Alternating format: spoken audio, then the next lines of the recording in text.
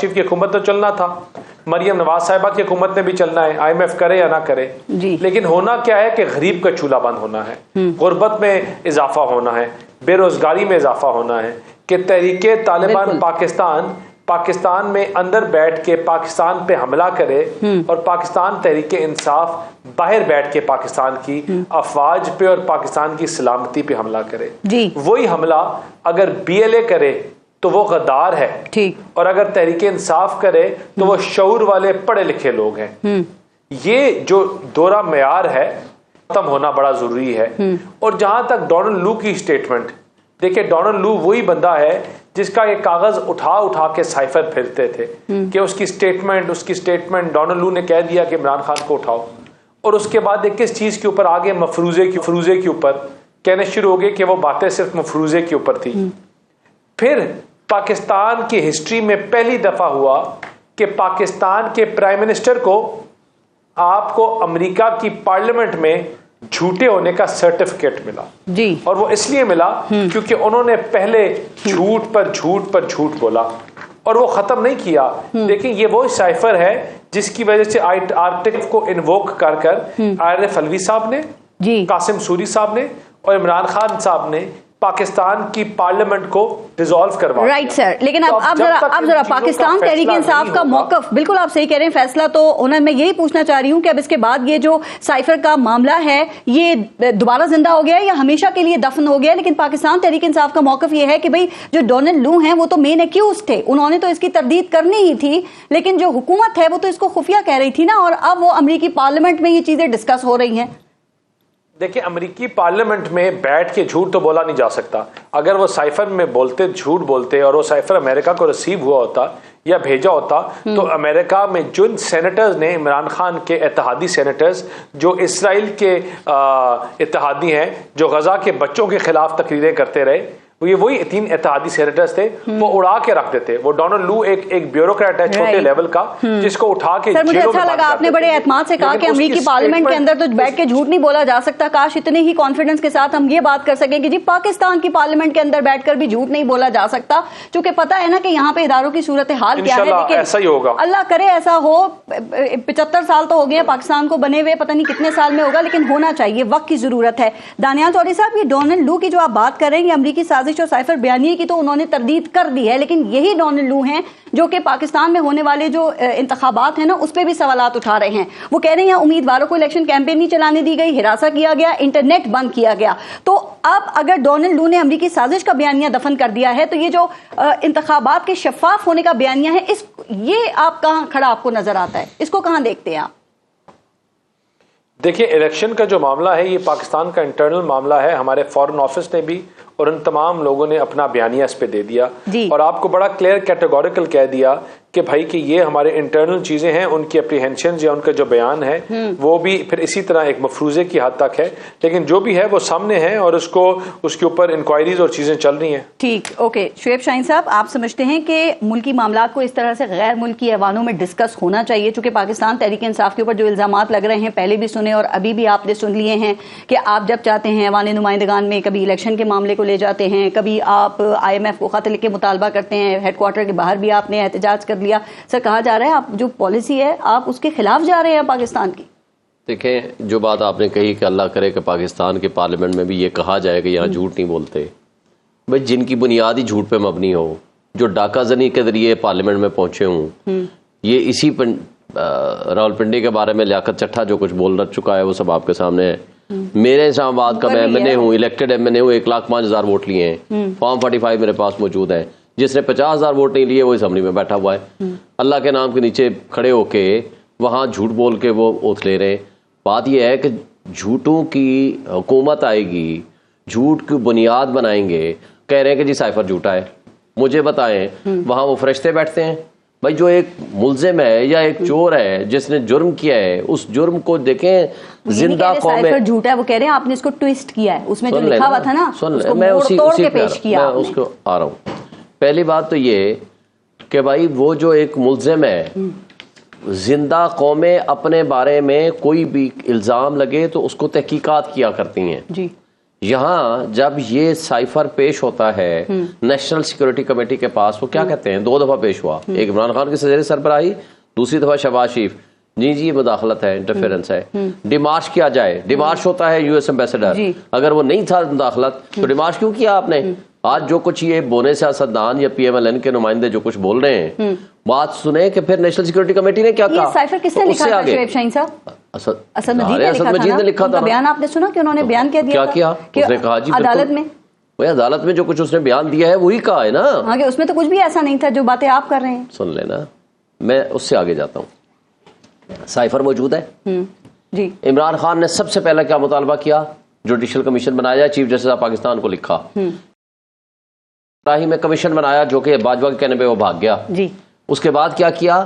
جب شہباز شریف کی زیر قیادت نیشنل سیکورٹی کمیٹی کی میٹنگ ہوئی، فلور آف دی ہاؤس پہ کھڑے ہو کر کہا تھا ابھی نکلوا لیں، اس نے کہا جی دھمکی آمیز گفتگو تھی، الفاظ تھے، ہم اس پہ ہائی پاورڈ کمیشن بنائیں گے کہ کون کون اس پہ ملوث ہے، تو کیوں نہیں بنایا؟ سنیں، آج بھی موجود ہے نا، آج آپ کے پاس سائفر موجود ہے، اس سائفر کے اوپر تحقیقات کے لیے کون کون لوگ ملوث ہیں، آ جائیں، آج آپ تحقیقات کرا لیں، سچ آپ کے سامنے آ جائے گا۔ ہم تو 2 سال سے مطالبہ کر رہے ہیں نا، انہوں نے بھی اس کو ایڈمٹ کیا، اور آج بھی اس کا تقاضا کیا ہے؟ زندہ قومیں ہمیشہ اپنے اوپر لگنے والے داغ کے اوپر تحقیقات کیا کرتی ہیں۔ میں آپ کی بات سے کیا سمجھوں کہ آپ یہ کہہ رہے ہیں کہ اسد مجید نے عدالت میں غلط بات کی، عدالت کو غلط بتایا انہوں نے؟ بھائی پریشر ہوگا نا، لیکن یہ بات تو اس نے ایڈمٹ کیا۔ دیکھیں یہ بات تو اس نے ایک بات کی، جو کچھ کنٹینٹس آف سائفر تھے اس کو ایڈمٹ کیا، سازشی کردار جو پاکستان کے لوگ اس میں ملوث تھے اس کے بارے میں تحقیقات ہونی چاہیے۔ اس تحقیقات کے اوپر اسد مجید نے تو تحقیقات نہیں کرنی تھی۔ دیکھیں انٹرسیپٹ میں شائع ہو چکا ہے، کسی نے اس کے کنٹینٹس کو ڈینائی نہیں کیا، کسی نے نہیں کیا نا۔ انٹرسیپٹ کی سٹوری کیا کہتی ہے کہ آپ اپنے پرائم منسٹر کو فوراً ہٹا دو ورنہ پاکستان نتائج بھگتنے کے لیے تیار ہو جائے۔ کیسے تھا ویسے، پہنچا کیسے وہاں تک؟ اس کا سورس بتا دیں، انہوں نے کہا ہے کہ ہمارا سورس ہے، کسی نے اس کو جا کر کے وہاں مقدمہ نہیں کیا کہ جو آپ تم سورس بتا رہے ہو غلط بتا رہے ہو، جو کچھ تم کہہ رہے ہو یہ غلط کہہ رہے ہو۔ خان صاحب سے کاپی بھی تو گم ہوئی تھی نا، اسی کاپی کا تقاضا کیا جاتا ہے۔ یہی تو بات ہے نا، وہ جو کاپی گم ہونے والا کہانی ہے، اعظم خان نے آگے ساری سٹوری بیان کر دی۔ اس نے کہا اچھا مجھے بتائیں، آپ جو ایک سربراہ ہوتا ہے کسی بھی ادارے کا، وہ ریکارڈ کیپر ہوتا ہے، اس نے کہا جی مجھ سے بارہا کہا کہ جی ڈھونڈو کدھر ہے، دفتر سے کیسے غائب ہوا۔ ایک پرائم منسٹر کا کام ریکارڈ کیپر یا کلرک نہیں ہوا کرتا۔ یہ تو سائفر کی بات ہے، حکومت کو آپ سے شکوہ یہ ہے کہ آپ ہر بات پر پالیسی کی مخالفت کر رہے ہیں۔ ابھی آپ نے شعیب شاہین صاحب جو جوابی افغانستان پر حملے کیا، آپ نے کہا یہ بھی غلط ہے، پھر خان صاحب نے بھی ایسے ہی بات کر دی، تو یہ آپ لوگ کیا صرف تنقید برائے تنقید کر رہے ہیں؟ دیکھیں خان صاحب نے بڑی تفصیل کے ساتھ جب میڈیا سے بات کی، میں موجود تھا۔ مسئلہ کیا ہے؟ آپ پاس ایک ملک ہے جس کے لیے آپ نے 50 سال قربانیاں دی ہیں، اگر آپ نے اس کے گھر میں بھی جا کر گھس کے آپ نے ہمارے فوجیوں کے اوپر حملے ہو رہے ہیں، ان کو شہید کیا جا رہا ہے، تو ہم کیا کریں پھر؟ مسئلہ یہ نہیں ہے، مسئلہ یہ ہے کہ آپ نے پہل کی ہے۔ دوسری بات یہ مسئلہ نہیں ہے کہ آپ نے پہل کیا اسے پہل دہشت گردوں نے کی۔ سن لینا، میں ایک بات کر رہا ہوں، ہمیں پاکستان کی چونکہ سیکورٹی کا معاملہ ہے، ہمیں اس پہ بہت محتاط گفتگو کرنی ہے۔ بالکل یہی میں ہمارے لیے امپورٹنٹ یہ ہے کہ اپنے ہمسایہ ملک کے ساتھ ڈائلاگ کر کے مسائل کا حل کریں۔ جنگ آپ کے مسائل کا حل نہیں ہے، آپ کو امن چاہیے۔ اس ملک میں واحد ہمسایہ ہے جس کے ساتھ آپ کے تعلقات درست ہو سکتے ہیں، یا چائنا ہے۔ آپ بجائے اس کے ساتھ جس کے لیے آپ نے اپنی معیشت کی قربانی دی، اپنے ملک میں دہشت گردی آپ نے کرا لی اس ہمسایہ ملک کو سیف کرنے کے لیے، لیکن آپ اس کے ساتھ تعلقات ٹھیک کرنے کے بجائے ان سے جنگ کر رہے ہیں۔ دونوں دو طرفہ تعلقات ہوتے ہیں، یہ ایک طرف سے نہیں ہوتے، دونوں طرف کو اس میں کردار ادا کرنا پڑتا ہے۔ بارے سن لیں، مسئلہ کیا ہے؟ ان کی 16 مہینے حکومت رہی، ایک دن بھی بلاول صاحب گئے ہیں افغانستان؟ کیا آپ نے اس کے اوپر توجہ دی ہے؟ کیا آپ نے افغان ایشو کو سنجیدگی کے ساتھ حل کرنے کی کوشش کی ہے؟ آپ کا ان کا فیلئر ہے کہ اس ایشو کو ریزالو کرنے کی بجائے انہوں نے جنگ کی کیفیت۔ مندوخیل صاحب ایک تو اس کا جواب دیں، وہ کہہ رہے ہیں ایک دفعہ بلاول بھٹو وہاں پر نہیں گئے، اور دوسرا اس پہ بھی بات کیجیے گا کہ آپ کے خیال میں یہ امریکی افغان نمائندگان کی ذیلی کمیٹی میں جو سماعت ہے، اس سے پاکستان تحریک انصاف کا موقف کمزور ہوا ہے یا مضبوط ہوا ہے؟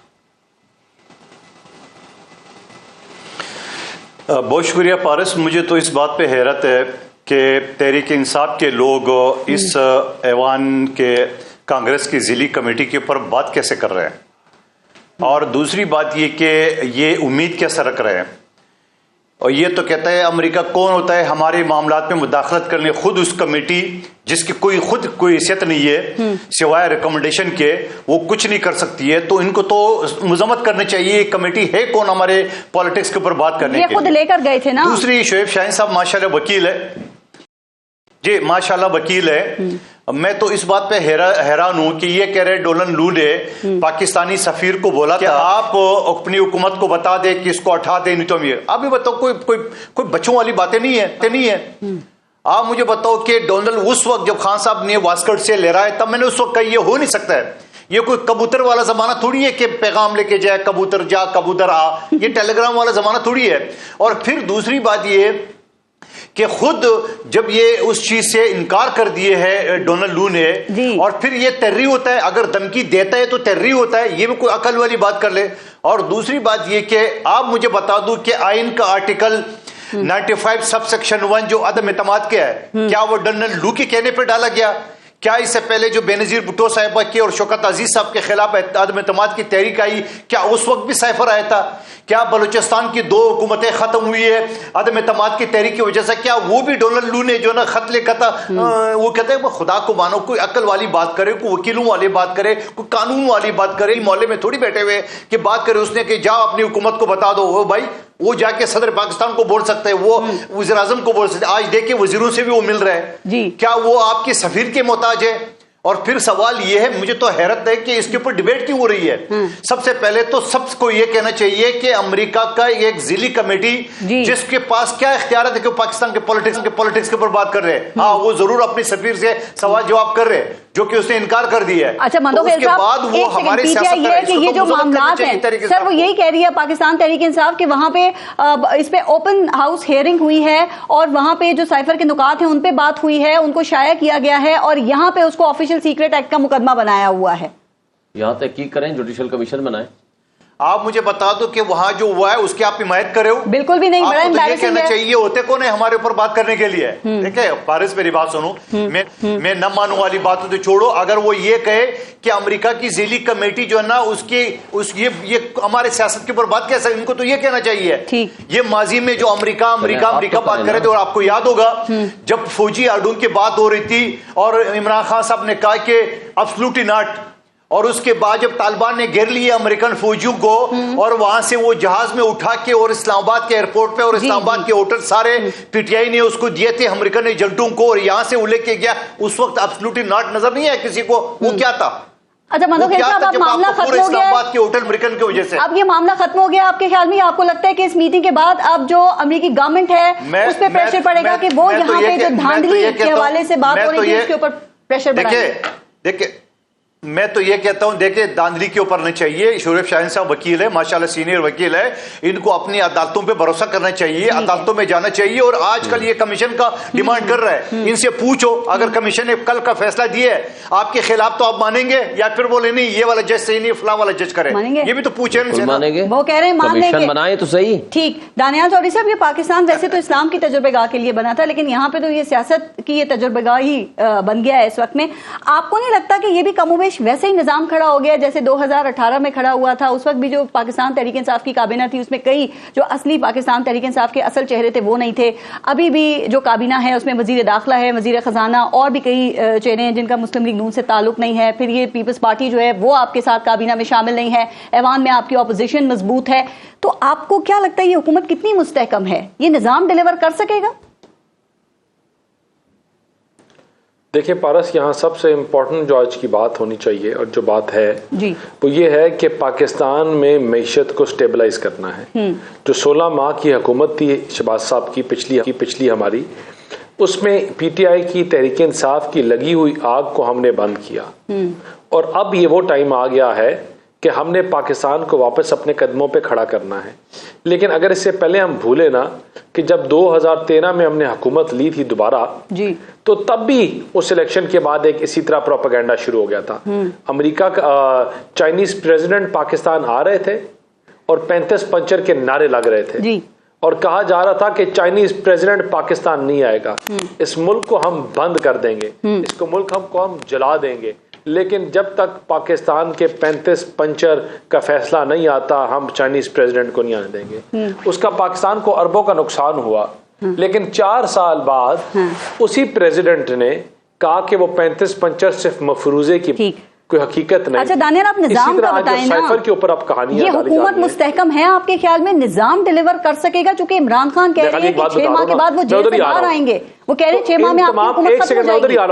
پارس میں ادھر ہی آ رہا ہوں کہ اس 4 سال ڈرامے کے بعد ہم جب حکومت چھوڑ کر گئے تو پاکستان کی اکانومی جو تھی وہ fastest growing economy of the region تھی, وہ most stable economy of the region تھی اور ڈالر کنٹرول میں تھا. یہ آج جتنے مرضی یہ باتیں کر لیں, یہ اپنی افواج کے اوپر تنقید چیزیں اندر باہر سے پاکستان 16 ماہ کی حکومت کی کارکردگی کا تو کریں نا. پاکستان کا جو روڈ میپ ہے, پاکستان کا جو 16 ماہ میں میں نے آپ کو بتایا کہ وہ لگی ہوئی آگ جو یہ چھوڑ کے گئے تھے, جو یہ لینڈ مائنز بچھا کے گئے تھے کہ جو قدم رکھو وہ پھٹ جانی تھی, ان لینڈ مائنز کو ہم نے ختم کیا, اس لگی ہوئی آگ کو ہم نے بند کیا جو یہ لگا کے گئے تھے. اور جو تعمیر اور ترقی کا سفر ہے وہ اب شروع کریں گے.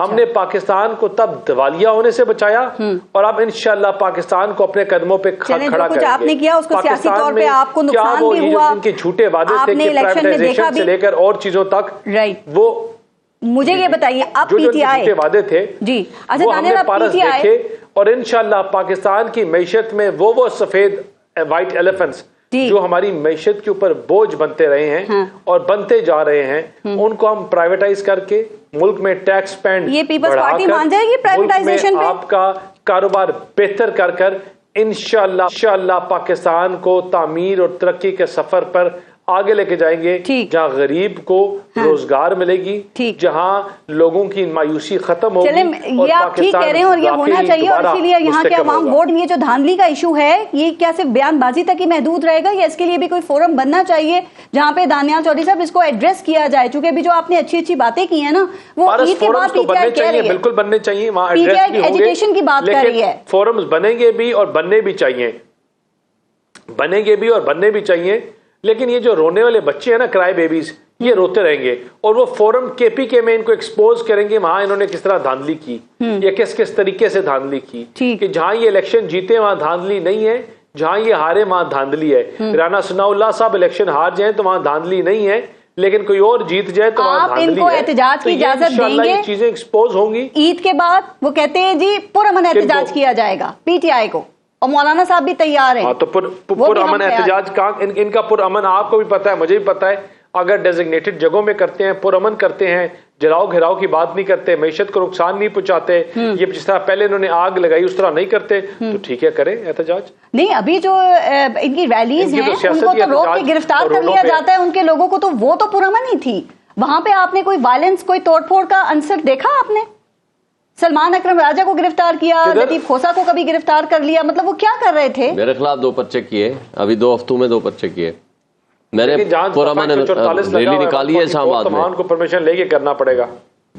اچھا وہ کہہ رہے ہیں دفعہ 144 لگی ہوئی تھی تو وہاں پر تو آپ کو اجازت نہیں دی جائے گی. یہ جو شعیب شاہین صاحب یہ حکومتی بیانات آپ دیکھ رہے ہیں, اس کے بعد آپ کو لگتا ہے کہ عید کے بعد آپ لوگوں کو احتجاج کی اجازت ملے گی, یا ہم یہ سمجھ لیں کہ عید کے بعد پھر پی ٹی آئی کے لیے ایک نئے مشکل دور کا آغاز ہونے جا رہا ہے؟ دیکھیں احتجاج کی اجازت دیں یا نہ دیں, یہ پاکستان ہمارا ہے, ان کو 90% عوام ریجیکٹ کر چکی ہے. حالات دیکھیں پاکستان کے, آپ کے اور پاکستان کے حالات کس نے خراب کیے ہیں مجھے بتائیں. 6.2% جی ڈی پی کو اٹھا کر کے یہ 0.23% پہ لے آئے, یہ ان کے اعداد و شمار ہیں. $24 بلین سے ریزرو کا بیڑا غرق کر دیا. ملک میں سن لیں 12 سے 16 روپے بجلی کا یونٹ کو 70 روپے پہ لے گئے. انہوں نے جو ملک کی تباہی کی ہے 16 مہینوں میں, بھائی ان کو ریجیکٹ کر چکی ہے عوام, قوم ان کو ریجیکٹ کر چکی ہے, ان کی شکلیں نہیں دیکھنا چاہتی, یہ مارکیٹ میں نہیں جا سکتے, ان کی یہ حالت ہے. اور حالت یہ ہے کہ یہ کہتے ہیں کہ جی ہم نے ملک چلانا ہے, کیسے چلاؤ گے؟ دیکھیں ملک چلانے کے لیے سب سے پہلی بات ہے پبلک کی سپورٹ. پبلک سپورٹ کے ساتھ سیاسی استحکام اور پبلک سپورٹ کے بغیر نہ کوئی آپ ریفارمز کر سکتے ہیں, نہ معاشی استحکام آ سکتا ہے. ان چوروں کے کہنے پہ احتجاجوں سے باہر ہی نہیں نکلتے. اب آپ نے عید پہ کہا کہ ہم نیا کوئی راستہ اختیار کریں گے, کون سا راستہ اختیار کرنا ہے آپ نے؟ لوگوں کا بنیادی حق ہے کہ ان کو جن کو ووٹ اور مینڈیٹ ملا ہے وہ حق کے حکمرانی عوام کا ہے. عوام کے حق حکمرانی کو کوئی ڈاکہ ڈال دے. کچے کے ڈاکو اور پکے کے ڈاکو میں پھر فرق کیا رہا؟ وہ تو پھر بھی چلو منہ چھپاتے ہیں، جنگلوں میں پھرتے ہیں. جو پکے کے ڈاکو ہیں وہ سب کے سامنے دھمال ڈالتے ہیں، سب کے سامنے ہارے ہوئے. مجھے بتا دیں کہ جس کے پاس فارم 45 کیا ہوتا ہے؟ وہ رزلٹ ہوتا ہے. وہ رزلٹ ہر ایک کے پاس موجود ہے. اس کو اٹھا کے رات کی تاریکی میں جس طرح تبدیل کیا گیا وہ کس کو نہیں پتا؟